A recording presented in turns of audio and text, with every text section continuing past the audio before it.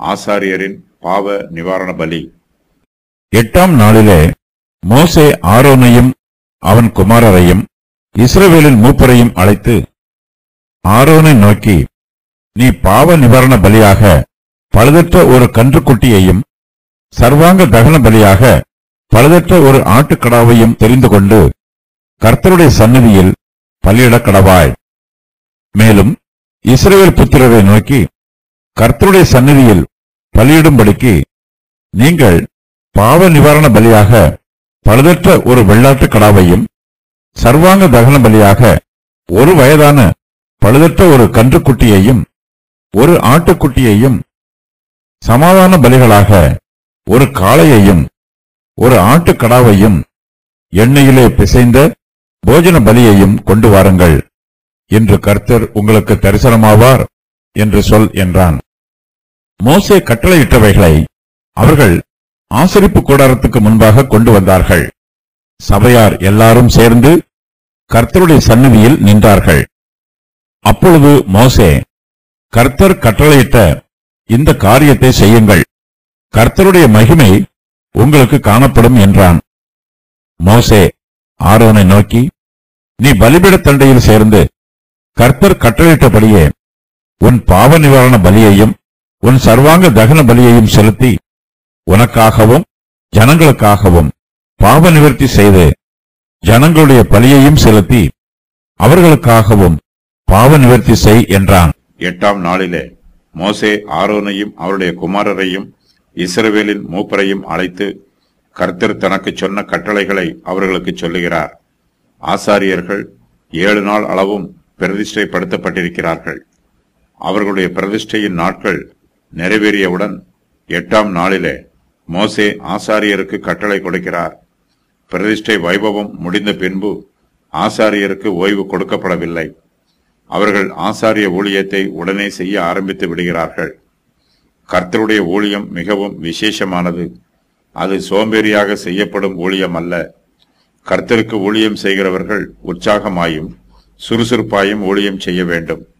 அப்போதுதான் கர்த்தர் நம்முடைய ஊழியங்களையும் கைகளின் பிரயாசங்களையும் ஆசீர்வதிப்பார்.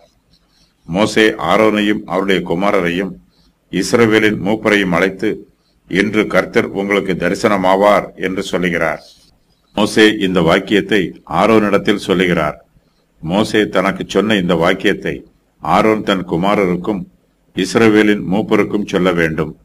இஸ்ரவேல் புத்திரர் மத்தியிலே கர்த்தருடைய தரிசனத்தை காண வேண்டும் என்னும் எதிர்பார்ப்பு உண்டாக வேண்டும். பழைய ஏற்பாட்டு காலத்தில் கர்த்தர் இஸ்ரவேல் புத்திரருக்கு தரிசனமானது போல புதிய ஏற்பாட்டு காலத்து விசுவாசிகளாகிய நமக்கு கர்த்தருடைய தரிசனம் எல்லோருக்கும் எல்லா வேளையிலும் பிரத்யட்சமாய் கிடைப்பதில்லை. நம்முடைய மாம்ச பிரகாரமான கண்களால் கர்த்தரை நம்மால் எப்போதும் பிரத்யட்சமாய் பார்க்க முடியும் என்று எதிர்பார்க்க கூடாது. கர்த்தர் நமக்கு தரிசனம் கொடுக்கும் போது அந்த தரிசனத்தை பயபக்தியோடு பார்த்து கொள்ளலாம். கர்த்தர் நமக்கு தரிசனம் கொடுக்காவிட்டாலும் நாம் விசுவாசத்தினால் நம்முடைய மனக்கண்களால் கர்த்தரை தரிசிக்க வேண்டும்.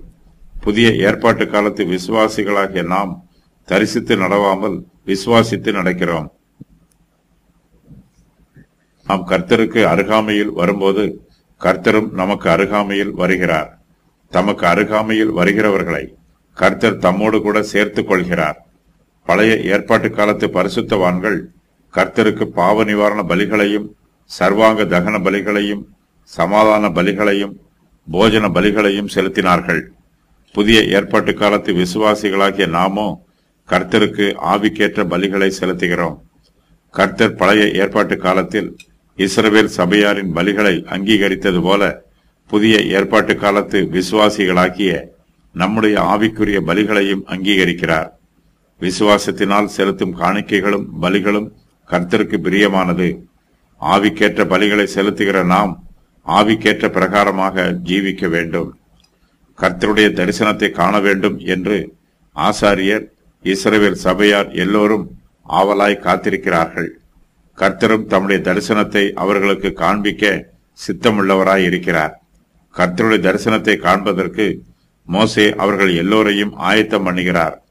அதற்காக மோசே 8ஆம் நாளிலே ஆரோனையும் அவருடைய குமாரரையும் இஸ்ரவேலின் மூப்பரையும் அழைக்கிறார்.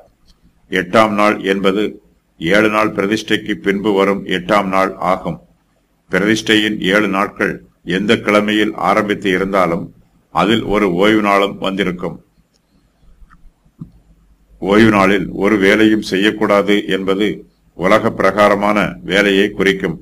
ஓய்வு நாளில் செய்ய வேண்டிய வேலையை ஓய்வு நாளுக்கு முந்திய நாளிலோ அல்லது பிந்திய நாளிலோ செய்து கொள்ளலாம். ஓய்வு நாளில் கர்த்தரை ஆராதனை செய்வதில் எந்த தடையும் இல்லை. 7ஆம் நாளிலும் ஆராதனை நடைபெறுகிறது, 8ஆம் நாளிலும் ஆராதனை நடைபெறுகிறது. பரிசுத்த வேதாகமத்தில் 8ஆம் நாளை பற்றி ஒரு சில கட்டளைகள் சொல்லப்பட்டிருக்கிறது. அதன் விவரம் வருமாறு: மிருக ஜீவன்களில் ஆண் தலையீற்றுக்களை 8ஆம் நாளில் தேவனுக்கு கொடுக்க வேண்டும்.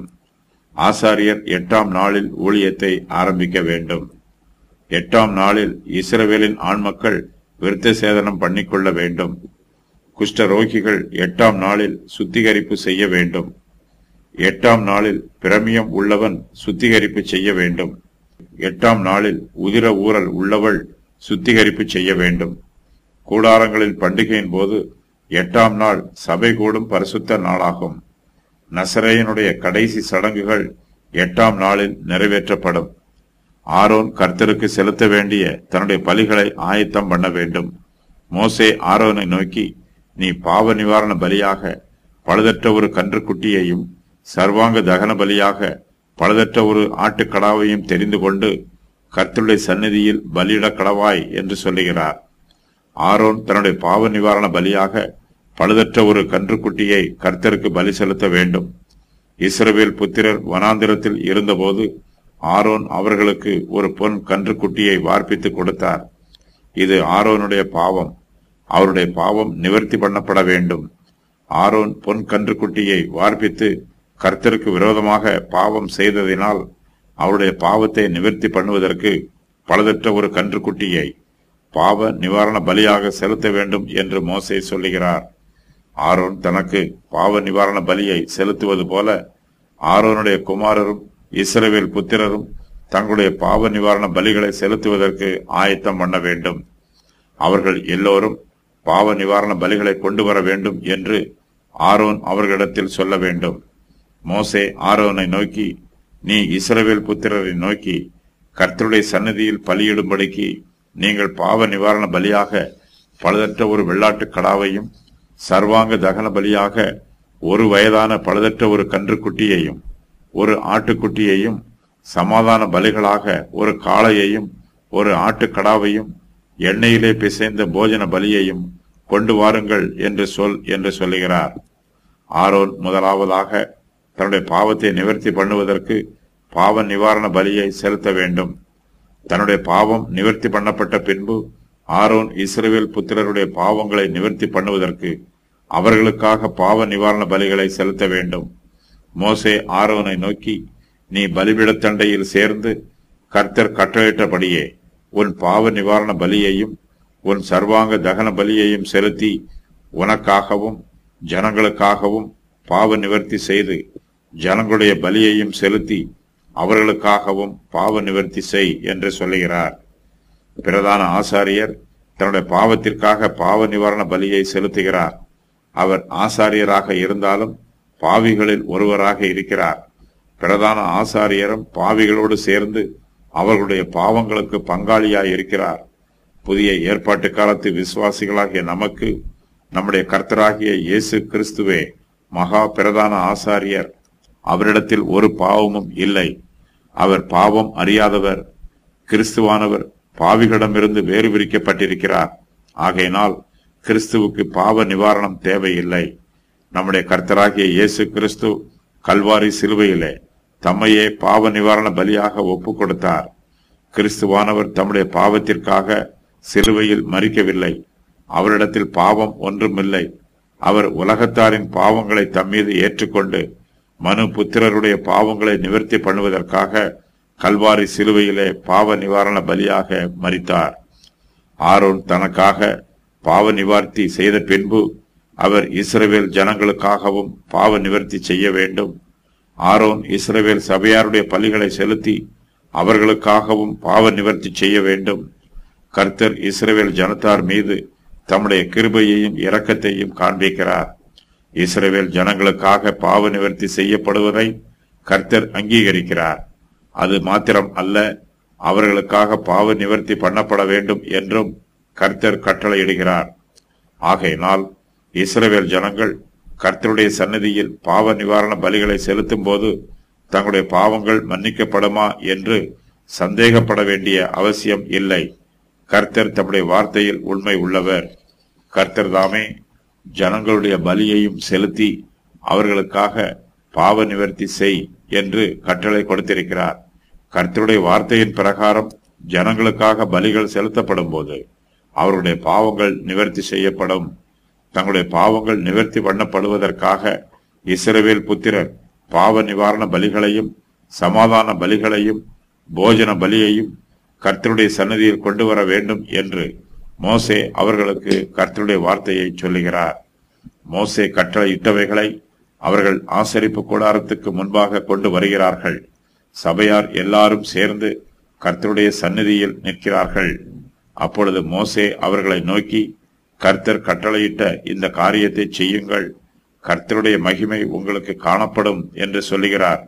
மோசே இதுவரையிலும் கர்த்தருக்கு ஆசாரிய ஊழியம் செய்து வந்தார். இப்போது ஆசாரியர்கள் ஊழியம் செய்ய ஆரம்பிக்கிறார்கள். ஆசாரியரின் முதலாவது ஊழியத்தை பற்றி இந்த வசன பகுதியில் சொல்லப்பட்டிருக்கிறது. அதன் விவரம் வருமாறு: பாவ நிவாரண பலியாக பழுதற்ற ஒரு கன்றுக்குட்டியையும் சர்வாங்க தகன பலியாக பழுதற்ற ஒரு ஆட்டுக்கடாவையும் தெரிந்து கொண்டு கர்த்தருடைய சந்நிதியில் பலியிட வேண்டும். இஸ்ரவேல் புத்திரரை நோக்கி, கர்த்தருடைய சந்நிதியில் பலியிடும்படிக்கு நீங்கள் பாவ நிவாரண பலியாக பழுதற்ற ஒரு வெள்ளாட்டு கடாவையும் சர்வாங்க தகன பலியாக ஒரு வயதான பழுதற்ற ஒரு கன்றுக்குட்டியையும் ஒரு ஆட்டுக்குட்டியையும் சமாதான பலிகளாக ஒரு காளையையும் ஒரு ஆட்டுக்கடாவையும் எண்ணெயிலே பிசைந்த போஜன பலியையும் கொண்டு வாருங்கள். இன்று கர்த்தர் உங்களுக்கு தரிசனமாவார் என்று சொல்ல வேண்டும். ஆரோன் பலிபீட தண்டையில் சேர்ந்து கர்த்தர் கட்டளையிட்டபடியே தன் பாவ நிவாரண பலியையும் தன் சர்வாங்க தகன பலியையும் செலுத்த வேண்டும். ஆரோன் தனக்காகவும் ஜனங்களுக்காகவும் பாவ நிவர்த்தி செய்து ஜனங்களுடைய பலியையும் செலுத்தி அவர்களுக்காகவும் பாவ நிவர்த்தி செய்ய வேண்டும்.